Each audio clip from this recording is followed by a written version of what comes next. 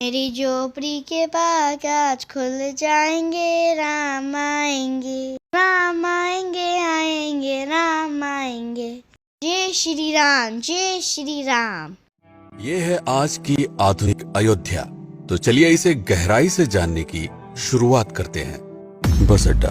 राम मंदिर से 7 किलोमीटर की दूरी पर 14 बीघा जमीन पर 219 करोड़ की लागत से लखनऊ हाईवे पर नया बस अड्डा बनकर तैयार है। Railway station. मंदिर से 1 किलोमीटर की दूरी पर 240 करोड़ रुपए में नया रेलवे स्टेशन डिजाइन किया गया है।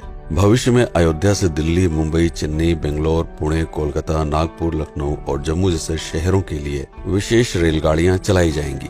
हवाई अड्डा। 1450 करोड़ रुपए में लगभग 1300 बीघे में फैला हुआ प्रयागराज हाईवे पर नाके के पास बनाया गया है नया एयरपोर्ट। यहाँ से राम मंदिर की दूरी सिर्फ 12 किलोमीटर है। भविष्य में कई बड़े महानगरों के लिए सीधे उड़ानें उपलब्ध होंगी। घाघरा जलमार्ग। अगर आपके पास अपनी खुद की मोटर बोट है तो छपरा से घाघरा यानी सरयू नदी की सैर करते हुए लगभग 300 किलोमीटर नदी में चलकर भी अयोध्या पहुंच सकते हैं। भविष्य में इस रूट के लिए भी मोटर बोट चलाए जाने का प्रस्ताव है। राम मंदिर। अयोध्या के राम मंदिर की कुल कीमत है 1800 करोड़। पूरी तरह बन जाने के बाद अयोध्या का मुख्य आकर्षण होगा। राजस्थान के मशहूर मकराना के पत्थरों से आकार लेते इस मंदिर की अनुमानित उम्र होगी लगभग 1000 साल। 22 जनवरी को पहली मंजिल का उद्घाटन होगा, जिसमें राम की बाल्यावस्था की मूर्ति रखी जाएगी। बाकी की 2 मंजिलों का कार्य चलता रहेगा। खजुराहो के मंदिरों की नागर शैली के आधार पर इसे तराशा जा रहा है। मंदिर का कुल क्षेत्रफल 156 एकड़ या 251 बीघा है। हनुमानगढ़ी। राम मंदिर से लगभग 800 मीटर की दूरी पर स्थित है हनुमानगढ़ी। मंदिर के आवासीय परिसर को मिलाकर यह लगभग 52 बीघे में फैला हुआ है। मंदिर की 76 सीढ़ियां चढ़कर हनुमान जी के दर्शन के बाद ही राम मंदिर में जाने का विधान है। यह मंदिर अयोध्या शहर के ठीक बीच में एक ऊंचे टीले पर बना है। शहर की तरफ आने वाले आक्रमणकारियों के आने की सूचना यहीं से प्राप्त करके अयोध्या के राजा तक भेजी जाती थी। इतिहासकारों के अनुसार जितनी बार भी अयोध्या पर आक्रमण हुआ उतनी बार इस मंदिर को भी विध्वंस झेलना पड़ा। हालांकि सन्यासियों ने हर बार इस मंदिर को फिर से खड़ा किया। आज ये मंदिर रामानंद संप्रदाय और निर्वाणी अखाड़े के अधीन है। राम की पेड़ी। अयोध्या को सरयू नदी की भयंकर बाढ़ से बचाने के लिए इस बांध का निर्माण किया गया था, जिस पर श्रद्धालुओं के स्नान के लिए कई घाट बना दिए गए थे। इतिहासकारों के अनुसार जितनी बार भी बांध टूटता था, सरयू का पानी अयोध्या की गलियों में घुस आया करता था। इसी बाढ़ से बचने के लिए पूरे अयोध्या में जगह जगह पर ऊंचे टीले बनाए गए थे, जैसे राम टीला, हनुमान टीला, लक्ष्मण टीला। आज ये बांध अयोध्या का मुख्य पर्यटन स्थल बन चुका है। हर दीपावली पर यहाँ लाखों दिए जलाकर रामायण की उस घटना को उत्सव के रूप में मनाया जाता है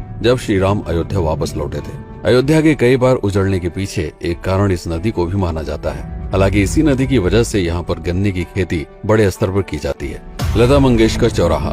नया घाट और बस स्टैंड के पास ही अयोध्या का मुख्य चौराहा 6.7 करोड़ रुपए में बनकर तैयार हुआ है। पद्मश्री से सम्मानित राम सुथार जी ने 2 माह के कठिन परिश्रम के बाद इस 40 फीट लंबी वीणा को आकार दिया। 14 टन की इस वीणा को लता जी के स्मृति चिन्ह के रूप में यहाँ पर लगाया गया है। इसीलिए इसका नाम नया घाट चौराहे से बदलकर लता मंगेशकर चौराहा कर दिया गया है। धर्मपथ। नया घाट से कुछ पहले सड़क के दोनों तरफ 30 फीट ऊंचे 40 सूर्य स्तंभ लगाए गए हैं, जिसे धर्मपथ का नाम दिया गया है, जो श्री राम के राजकुल सूर्यवंश का प्रतीक है। दशरथ समाधि स्थल। नए बस अड्डे के बगल से एक पतली रोड कछार से आगे बढ़ते हुए लगभग 12 किलोमीटर दूर ले आती है दशरथ समाधि स्थल, जो बिलहर घाट पर मौजूद है, जिसके बारे में मान्यता है कि यहाँ पर राजा दशरथ का दाह संस्कार हुआ था। राम मंदिर के साथ ही इस जगह को भी पर्यटन स्थल के रूप में विकसित किए जाने की योजना पर कार्य चल रहा है। भरत कुंड। अयोध्या से 15 किलोमीटर दूर है नंदीग्राम। यहाँ मौजूद तालाब को भरत कुंड कहते हैं। मान्यता है कि इसी जगह से भरत ने पूरे अयोध्या का राज कार्य संचालित किया था। पर्यटकों के लिए इस स्थान को भी विकसित किया जाएगा। गुप्तार घाट। राम की बेड़ी से सरयू नदी के किनारे चलते हुए 10 किलोमीटर दूर स्थित है गुप्तार घाट। ये कैंट एरिया में पड़ता है। इस जगह को श्री राम के जल समाधि के रूप में महत्व दिया जाता है। इसके अलावा अयोध्या नगर में हर गली में कई विशेष मंदिर हैं, जिनकी अपनी मान्यताएं हैं, कथाएं हैं, विशेषताएं हैं। पूरी तरह से विकसित हो जाने के बाद नई अयोध्या को पूरी तरह से जानने के लिए, इसका आनंद लेने के लिए कम से कम 3 दिनों तक यहाँ रुकने की आवश्यकता है। देश विदेश से ज्यादातर पर्यटक भारत आते हैं उत्तर प्रदेश में आगरे का ताजमहल देखने और प्राचीन नगर काशी और सारनाथ घूमने। प्रश्न ये है कि अयोध्या घूमने और श्री राम का मंदिर देखने के लिए भला विदेशी क्यों आएंगे?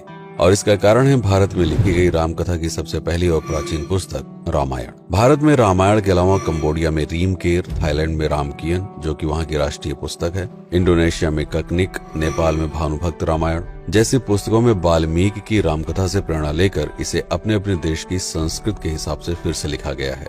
पात्रों के नाम, कुछ नई घटनाओं के अलावा मूल रामकथा सभी में एक जैसी है। इसके अलावा भारत में ही रामकथा को लेकर संस्कृत में 7 संस्करण, हिंदी में 3 संस्करण, गुजराती में 47, उड़िया में 14, तेलुगु में 5, कन्नड़ में 4 और अन्य भाषाओं में लगभग 17 संस्करण मौजूद है। इसके अलावा लिखे गए नाटक, कविताएं आदि को भी अगर मिला दिया जाए तो इस दुनिया में 300 से अधिक तरह से राम कथाएं बार बार लिखी गई हैं। इन सभी राम कथाओं पर कई विशेषज्ञों ने समय समय पर अध्ययन किया और अपने विचार दिए।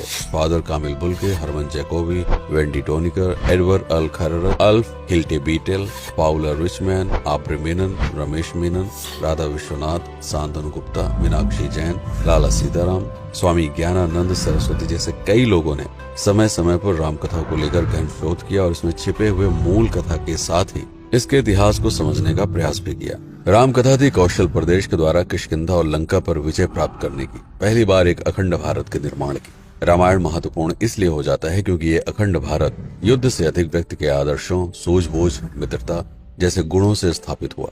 रामायण एक ऐसा डॉक्यूमेंट है जो ये समझाता है कि भारत पहली बार एक कैसे हुआ। इसलिए ये गाथा न तो कभी भुलाई जा सकती है और न ही कभी मिटाई जा सकती है। और आज की अयोध्या उसी अखंड भारत का एक प्रतीक है, अपनी संपन्नता के कारण जिसने समय समय पर बाहरी आक्रमणकारियों का भी सामना किया। अयोध्या की इसी संपन्नता ने यहाँ पर मुगलों को भी आकर्षित किया। महात्मा बुद्ध भी यहाँ पर रुके, सिखों के गुरु साहब भी आए और जैन धर्म के तीर्थंकर भी।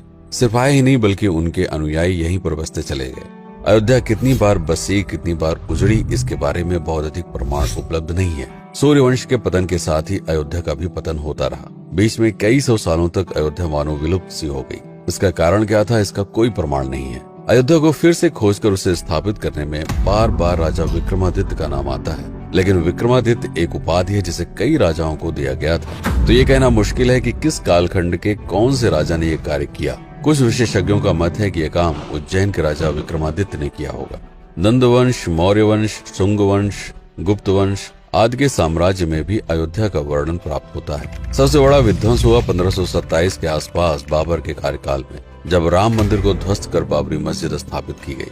सन 1722 में बंगाल के नवाब अली वर्दी खान ने व्यापार के नजरिए से राम मंदिर से कुछ किलोमीटर की दूरी पर एक नया शहर बसाने की शुरुआत की। 1730 में अवध के पहले नवाब सादत अली खान ने इसका नामकरण किया फैजाबाद। इन्हीं के उत्तराधिकारी सुजाउद्दौला ने इसे अवध की राजधानी बनाई। 1775 में अवध के चौथे नवाब असफुद्दौला ने फैजाबाद की जगह लखनऊ को अवध की राजधानी घोषित की। रावण अहंकार का प्रतीक और श्री राम विनम्रता के सूचक। सत्ता में आने के बाद हर व्यक्ति को यह बात हमेशा ध्यान में रखनी चाहिए, सिर्फ रंग रोगन और पत्थर लगवाने से राम राज्य नहीं आएगा, बल्कि जिस दिन स्कूल, अस्पताल और सरकारी संस्थानों से भ्रष्टाचार खत्म होगा, लोगों का मुफ्त इलाज और अपनी भाषा में उच्च शिक्षा उपलब्ध होगी, उस दिन भारत उस पायदान पर खड़ा होगा जहां कभी हम हुआ करते थे। रामायण अहंकार पर विनम्रता की विजय है। अयोध्या को अगर पर्यटन स्थल का केंद्र बनाना है तो इस आधार पर बसाना होगा, राम राज्य लाना होगा।